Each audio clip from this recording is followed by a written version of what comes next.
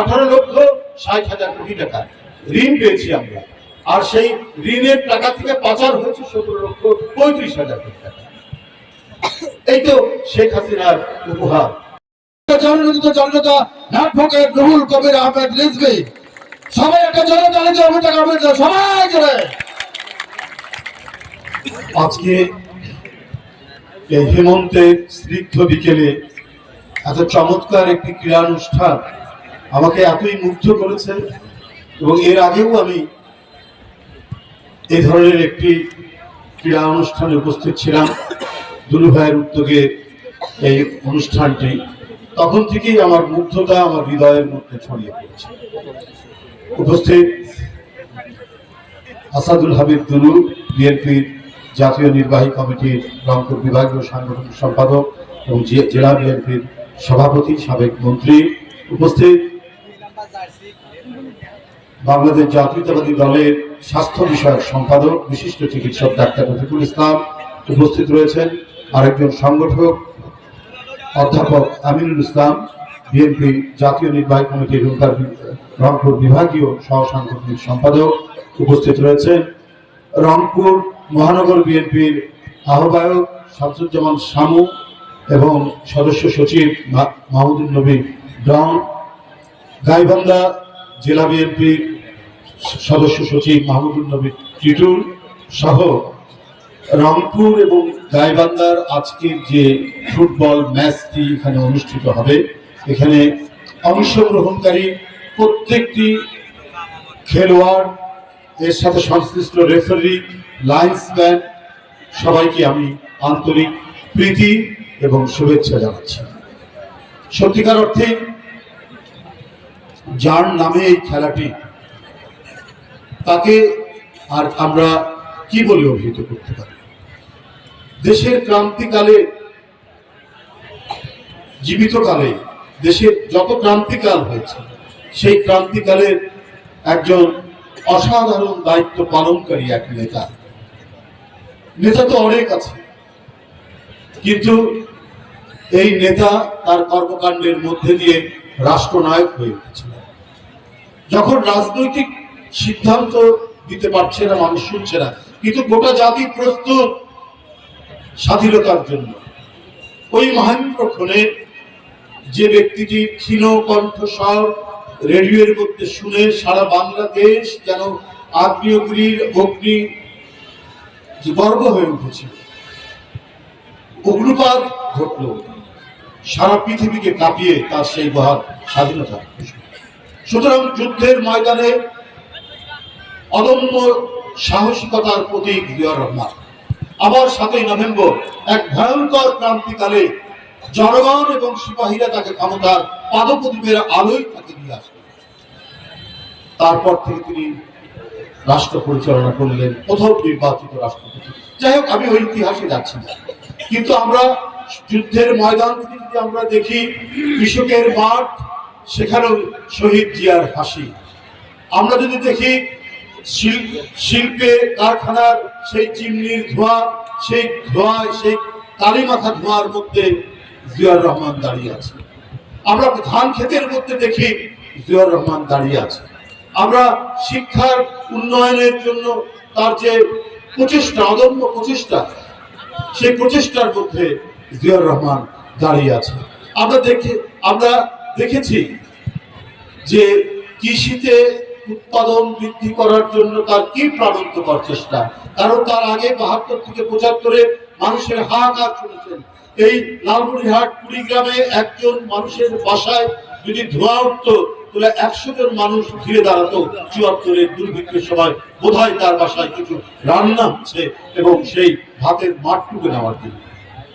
এই যে একটি পরিস্থিতি, দারিদ্রতার পরিস্থিতি, দুর্ভিক্ষের পরিস্থিতি, হাহাকারের পরিস্থিতি, সেই পরিস্থিতির একেবারে তিনি আমূল পরিবর্তন ঘটালেন খাল কাটা বিপ্লবের মধ্যে। সেই যে খালের পানির মধ্যেও আমরা জিয়াউর রহমানকে আমরা দাঁড়িয়ে থাকতে দেখি। শুধু তাই নয়, তারপরে যদি আমরা খেলার মাঠে আসি, সেই খেলার মাঠে আমরা দেখি জিয়াউর রহমানের অবদান। মানে একটা জাতিকে ক্রীড়ায়, স্পোর্টসে, কৃষি উৎপাদনে, কারখানার উৎপাদনে, স্বাধীনতা রক্ষায়, গণতন্ত্র রক্ষায় মাত্র কয়েক বছরে এক অসাধারণ তার যে কৃতিত্ব, এই কৃতিত্ব এবারে কয়েকটি কথায় ভাষায় লিখে রাখা সম্ভব নয়। সেটা জিয়াউর রহমান করেছে। আজকে আসাদুল হাবিব দুলু ভাই প্রায় প্রতি বছরই যে মানে এই যে স্পোর্টসের উদ্যোগটি নেন, এই যে ফুটবল খেলার উদ্যোগটি নেন, এবার তিনি শহীদ জিয়াকে স্মরণ করে যে উদ্যোগটি নিয়েছেন, এটা শুধু আজকে লালমনিরহাট বাসীর জন্য নয়, গোটা জাতির জন্য একটা প্রেরণার সৃষ্টি করেছে। গোটা জাতিকে একটা যে এই ক্ষণজন্মা মানুষটিকে আমাদের প্রতি পদে, আমাদের প্রতিটি মুহূর্তে আমাদের স্মরণ করা উচিত। কারণ যে ক্ষেত্রেই আমরা যাই না কেন, যেখানেই আমরা অবস্থান করি না কেন, সেখানেই দেখা গেছে একটা কিংবদন্তির মতো বিচরণ করে গেছেন। স্বাধীনতা উত্তর এই বাংলাদেশে আপনার এই ক্রীড়া প্রতিযোগিতা নিয়ে এসে মানুষকে আনন্দ দেওয়া, মানুষকে উদ্বুদ্ধ করা। ক্রীড়া কি? ক্রীড়া শুধু শারীরিক চর্চারই কাজ করা। ক্রীড়া হচ্ছে মানুষের মনের আনন্দ ঘটায়, মানুষের হতাশা দূর করে। অনেক যখন দৌড়ে ফুটবল নিয়ে যায়, হাতে যখন ব্যাট নিয়ে সে যখন বলকে উড়িয়ে নিয়ে গিয়ে ছক্কা মারে, তার মধ্যে দিয়ে যারা দেখে এবং যে প্লেয়াররা খেলে, যে খেলোয়াড়রা খেলে, সবার মধ্যে একটা আনন্দের রেশ ছড়িয়ে পড়ে। এটা শহীদ জিয়াউর রহমান উপলব্ধি করেছিলেন, কারণ তিনি দেশপ্রেমিক ছিলেন। কি করে একটা জাতিকে উন্নত করতে হলে কোন কোন সেক্টরগুলো তাকে উন্নতি ঘটাতে হবে সেটা ধারণ করেই তিনি কাজটি করেছেন। তাই আমরা দেখেছি তার ওই অল্প সময়ের মধ্যে গোটা জাতিকে উদ্বুদ্ধ করার জন্য 3 বারের বিশ্ব চ্যাম্পিয়ন মোহাম্মদ আলী ক্লেকে নিয়ে ঢাকা স্টেডিয়ামে চমৎকার ম্যাচ প্রদর্শনী করেছেন। আমরা দেখেছি সেই সময় এশিয়া যুব ফুটবল তিনি বাংলাদেশে নিয়ে আসেন। এইসব করার মানে কারণ কি? এইসব উদ্যোগ নেওয়ার উদ্দেশ্য কি? গোটা জাতিকে উদ্বুদ্ধ করা। তোমরা পিছিয়ে নেই, তোমরা সামনের দিকে এগিয়ে যাবে। বাংলাদেশে একটি আন্তর্জাতিক খেলা হচ্ছে এশিয়ান যুব ফুটবল। বাংলাদেশে একজন কিংবদন্তি তুল্য বিশ্ব heavyweight champion Mohammad Ali clay এসে এইখানে প্রদর্শনী ম্যাচ খেলছে। এগুলো গোটা জাতিকে জাগানোর জন্য জিয়াউর রহমান তিনি করেছিলেন। তিনি এইটা করেননি যে বাংলাদেশের উন্নয়নের নামে, মেগা সেতুর নামে, আপনার পদ্মা সেতুর নামে আমি এটা উন্নয়নের কথা বলবো, আর লাখ লাখ কোটি কোটি ডলার আমি বাংলাদেশ থেকে পাচার করে আমি দুবাই, কুয়ালালামপুর, আমি কানাডা, অটোয়া আর সিডনিতে সেইখানে আওয়ামী লীগের লোকেরা, সেখানে শেখ পরিবারের লোকরা রাজার হালে বসবাস করবে, এইটা জিয়াউর রহমান করেনি।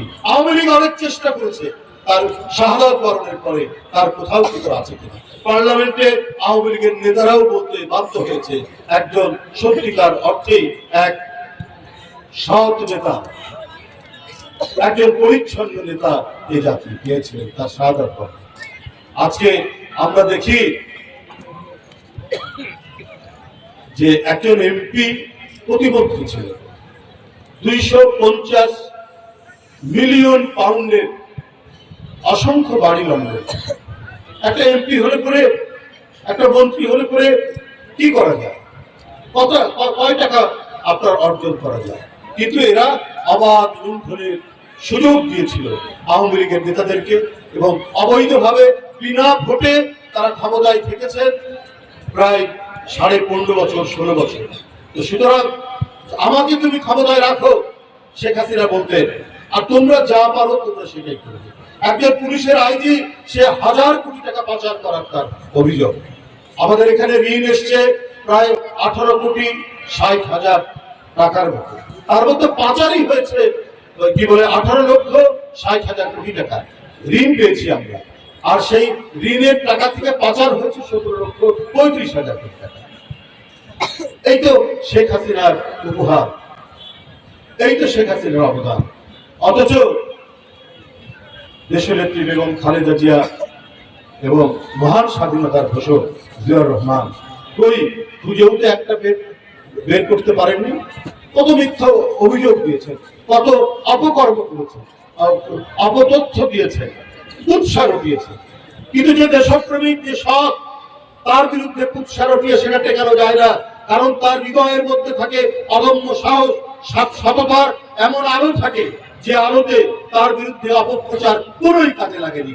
খালেদা জিয়ার বিরুদ্ধে এত অপপ্রচার করেছেন, জিয়াউর রহমানের বিরুদ্ধে অপপ্রচার করেছেন, আপনারা কই সে তো টেকাতে পারেননি, বরং আপনি পালিয়ে গেছেন।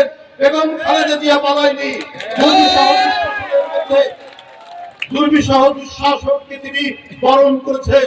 পুরনো ভাঙা ভাঙা একটি বিল্ডিং এর মধ্যে তাকে 2 বছর আটকে রাখা হলো, কিন্তু তারপরেও তিনি তার মাথা নিচু করেননি। তিনি শেখ হাসিনার কাছে তার মাথা নিচু করেননি। তিনি বলেছেন আমার বিরুদ্ধে যে অভিযোগ সে অভিযোগ মিথ্যা, এবং আইন আদালতেও সেটি বারবার উচ্চারিত হয়েছে। বন্ধুরা আমার, এটাই হচ্ছে বিএনপি থেকে আওয়ামী লীগের পার্থক্য। বিএনপি হচ্ছে আদর্শের দল, বিএনপি হচ্ছে উৎপাদনের দল, বিএনপি হচ্ছে মানুষকে ক্ষুধা নিবারণের দল। আরেকটি হচ্ছে লুটেরার দল, আরেকটি হচ্ছে দুর্ভিক্ষের দল, আরেকটি হচ্ছে টাকা পাচারকারীর দল। আজকে বাংলাদেশ ব্যাংক লোপাট হয়ে যায় 800 কোটি টাকা, সোনালী ব্যাংক লোপাট হয়ে যায় টাকা, বেসিক ব্যাংক লোপাট হয়ে যায় টাকা। আব্দুল হাই বাচ্চু আওয়ামী লীগের নেতা বেসিক ব্যাংক শুইয়ে দিলেন। এই তো আমরা দেখেছি 15-16 বছরে শেখ হাসিনার অবদান। ওনার একজন মেয়র আছে, মেয়র করলেন বিনা ভোটের মেয়র আতিক সাহেব। তিনি তার সিটি কর্পোরেশনের তার মেয়রের অফিসে একটি পদ তৈরি করলেন, সেটা হচ্ছে হিট অফিসার। তো হিট অফিসার, হিট কর্মকর্তা ওখানে নিয়োগ দিলেন তার মেয়েকে। তো তারপরে আমরা কি দেখছি যে হিট অফিসারের স্বামী সে আবার সুপার হিট, সে এরই মধ্যে 100 কোটি টাকার সম্পদ তৈরি করেছে এইটা ওই সিটি কর্পোরেশনের মধ্যে। এইটা আমরা দেখেছি অবস্থা। আরেক সিটি কর্পোরেশনের মেয়র তাপস, উনার ভাতিজা, তার কীর্তি যদি বলি তাহলে ওই যে আমরা ছোটবেলায় রাক্ষস খোকসের গল্প করতাম দাদি নানির কোলে শুয়ে, আমরা যে ঠাকুরমার ঝুলির গল্প শুনতাম সেইটা। উনার দুপুর বেলায় উনার বাসা থেকে তার বাড়িতে তার অফিসে ভাত নেওয়ার জন্য এক মাসে খরচ হয়েছে 25 লক্ষ টাকা। এই টাকা সরকারি টাকা, এবং যে গাড়ি ব্যবহার হয়েছে সেটাও সিটি কর্পোরেশনের গাড়ি এবং তেল সব মিলিয়ে 25 লক্ষ টাকা। এটা যেন একটা কি বলবো আরব্য উপন্যাসের কাহিনীকেও হার বানাবে শেখ হাসিনার 15 থেকে 16 বছরের। বন্ধুরা আমার, এখানে প্রশ্ন করেন, বক্তব্য রাখছি। আমি বক্তব্য শেষ করছি, শুধু একটি কথাই আমি বলতে চাই।